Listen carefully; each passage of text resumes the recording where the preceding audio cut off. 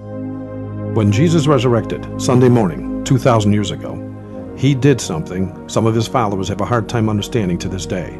For some reason, after Jesus arose from the dead, he folded the napkin that was about his head. The Lord made sure, in the written word, to tell us that the napkin was neatly folded and placed at the head of that stony slab his body was laid on Friday evening just before sunset. Why would Jesus make it a point to share such a thing as this in the Bible?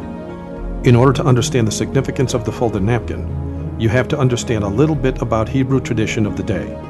The folded napkin had to do with the duty of the servant as is dictated by the actions of his master. This was taught to every Jewish child for thousands of years, and it most assuredly speaks of a truth we as Christians today can embrace. When the servant set the dinner table for the master, he always made sure that it was exactly the way the master wanted it. The table was furnished perfectly each and every time the master sat down to eat. As he ate his meal, the servant would wait just out of sight until the master had finished his meal so as to be ready to clean the table for him when he was done.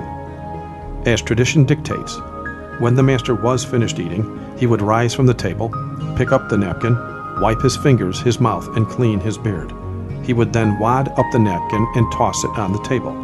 Doing this was the sign the servant watched for. He was taught that the wadded napkin meant, "I'm done, you may clean the table."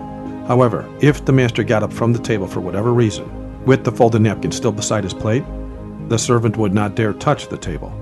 He knew that the folded napkin meant, "I'm not finished yet. I will be back soon." Now you know why Jesus folded that napkin.